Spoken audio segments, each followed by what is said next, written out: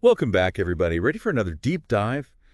Today, we're going to be looking at hope, Hope. Yeah. and Hope. we're going to be looking at it through a Yeah. pretty cool lens. Okay. Psalm 18, Psalm 18, a song of a praise, song of praise, but also packed with full of raw emotion raw emotion. and vivid imagery. Oh, yeah. Mm-hmm.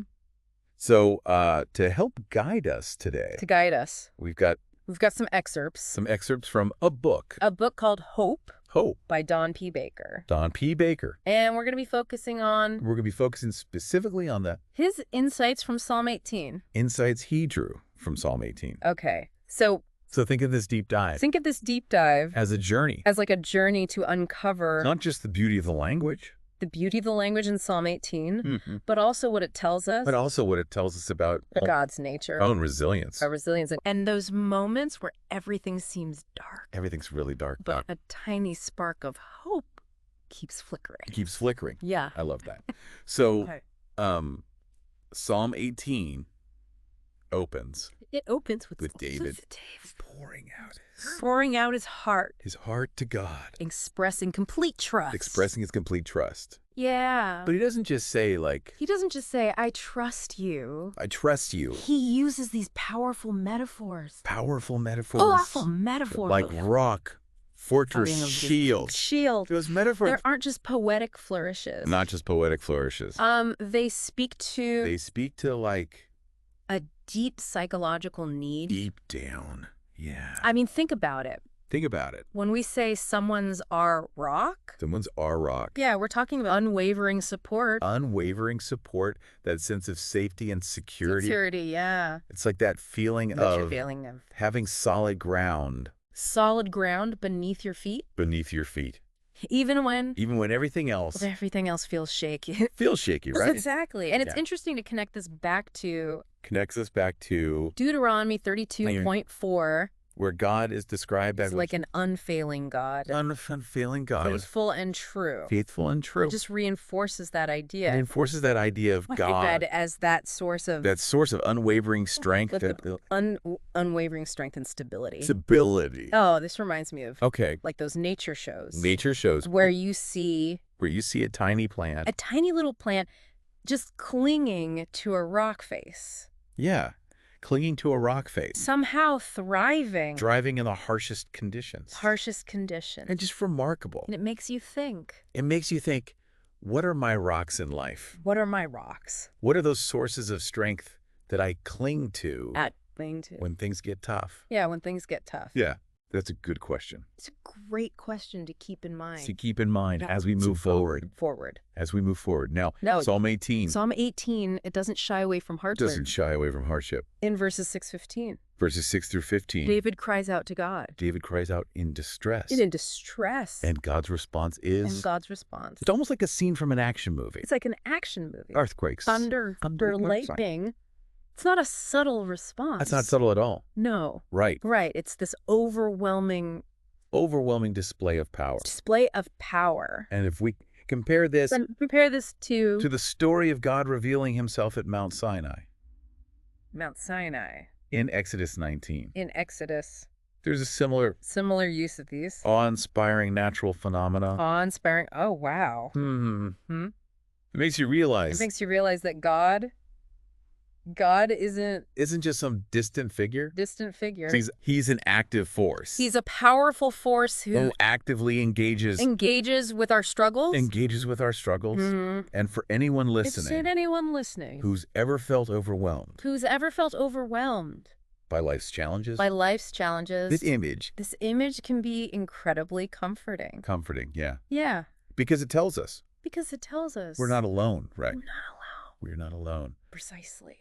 There's a power There's a power beyond our comprehension beyond our comprehension that's aware of our struggles and responds and responds to that. responds to them. Wow. Now in verses 16 through 19, 16 to 19, the imagery shifts the imagery shifts to something a lot more more personal. Yeah. David describes being pulled from deep waters. It's such a vivid picture. Such a vivid picture of being rescued. Rescued from a situation A situation that felt completely hopeless. hopeless. This reminds me of This reminds me of the story of Peter Peter walking on water walking on the water. in Matthew 14. Matthew 14, When his faith falters when his faith falters and he starts to sink. and he starts to sink, Jesus immediately reaches out to save him. reaches out to save him. Yeah. You know that moment of panic? That moment of panic, When you think you're going under, you think you're going under, and suddenly there's a lifeline. and suddenly a lifeline. Oh, yeah. I think we've all experienced that in some way. In some way. What about you? Have you ever had that feeling Have I ever had that feeling of being unexpectedly rescued being unexpectedly rescued? from a difficult situation? It's a powerful reminder It's a powerful reminder that even when we lose our footing, when we lose our footing, there's a force ready to pull us back up. ready to build us back up. Yeah. Okay, so far, we've seen God as a source of strength Source of strength and rescue. and rescue. But in verses 20 through 27, Verses 20-27. David talks about God rewarding God rewarding his his righteousness. righteousness. Now, I know that word I know that word can sound a bit can sound a bit preachy or judgmental. preachy, judgmental. Yeah. But I think But I think there's a deeper meaning here. deeper meaning. Yeah. You're right. It's not about It's not about boasting or claiming moral or superiority. real superiority. David's acknowledging that God shows grace and favor to those to those who who strive to live a good life. strive to live a good life. Yeah. It's about aligning Aligning your actions with your values. your actions with your values, trying to be Trying to be a decent human being. a decent human being. Yeah. And this is This idea is echoed in 2 Samuel 22, 2 Samuel 22, which is a parallel passage to Psalm 18. a parallel passage. Reinforces this The concept. concept of divine justice. Divine justice, that our actions Our actions have consequences. have consequences. So this raises an interesting question An interesting question for our listeners. for our listeners. What does righteousness What does righteousness even mean? Even mean in our modern world? in our modern world, And do you think it plays a role and do you think it plays a role? in how our lives unfold? How our lives unfold. It's something to ponder Something to ponder. as we continue our deep dive. Let's continue our deep dive. Our deep dive. Yeah. You know, one thing that strikes me about Psalm 18 is how honest it is Yeah. about the struggles we face in life. Yeah. It doesn't sugarcoat things No. or pretend everything is easy. It's definitely not a Hallmark card version of faith. Right. There's a real grit to it. Exactly. Yeah. And in verses 28-36, 28 through 36. we see David acknowledging Mm-hmm. that he can't overcome those challenges on his own. Yeah. He attributes his strength He attributes his strength and victories.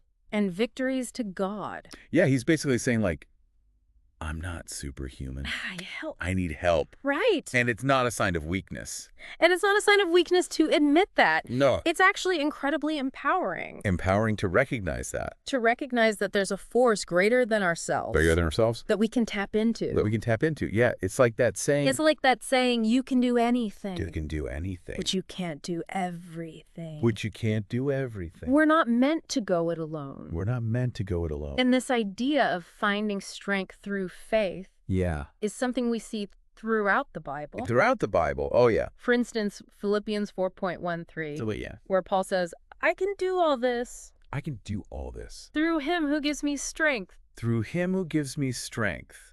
It's such a It's such a powerful verse. powerful verse. It's one of those verses. One of those verses that people put on their coffee mugs and posters. coffee mugs and posters, Yeah. but it really speaks to the idea that That we can access a strength we can access a strength that transcends our own limitations. that transcends. It's about aligning ourselves Aligning ourselves. with a power That empowers us. that empowers us. Yeah. It's kind of like plugging into like a universal power source. A universal power source. What about you, listener? Mm.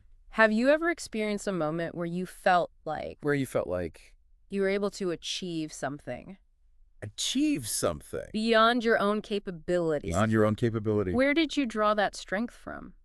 Now, as we delve deeper into Psalm 18, Deeper into Psalm 18, verses 37 through 45, 37 through 45, paint a vivid picture vivid picture of David relying on God for victory for victory over his adversaries. over his adversaries. And when we talk about enemies, When we talked about enemies, it's not just about other people. It's not just about other people. No. It could be anything that feels like an obstacle in our path. Yeah. Exactly. fear, Fear, self-doubt, self-doubt, addiction, addiction, even just the daily grind of life. the daily grind. Yeah. And what's so encouraging about this passage Yeah.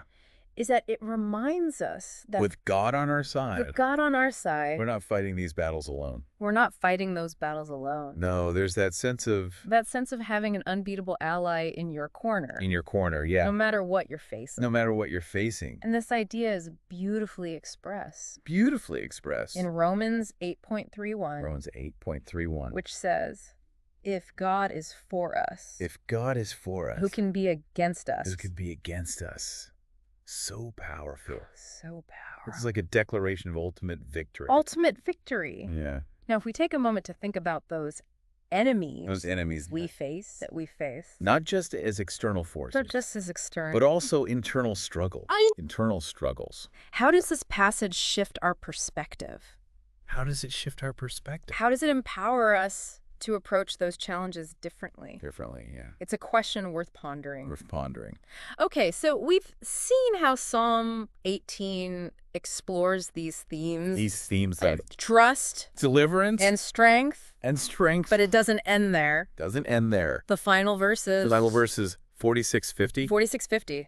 are this incredible. Or this incredible outpouring of praise. Outpouring of praise. It's like David is bursting with gratitude bursting with gratitude for all that God has done for him. for all that God has done. And it's not just a quiet thank you. It's just a quiet thank you. It's this exuberant celebration Exuberant celebration of God's enduring power and salvation. enduring power and salvation. There's a real sense of triumph. There's a real sense of triumph in those verses. Out of those verses. Yeah. That's so And it reminds us that even amidst chaos and uncertainty, chaos and uncertainty. there's a higher order, There's a higher order. a divine plan unfolding. A divine plan unfolding. It's that feeling of knowing that even when things look bleak, Even when things look bleak, there's still reason to hope, there's still reason to hope a reason to trust that that ultimately good will prevail. good will prevail. And this sense of hope and trust Hope and trust. is often expressed through the act of praise. The act of praise. Whether it's through words, Whether it's through words, music, or just a feeling of gratitude. feeling of gratitude. Yeah. How do you think the act of praise affects our outlook Our outlook. and our ability to navigate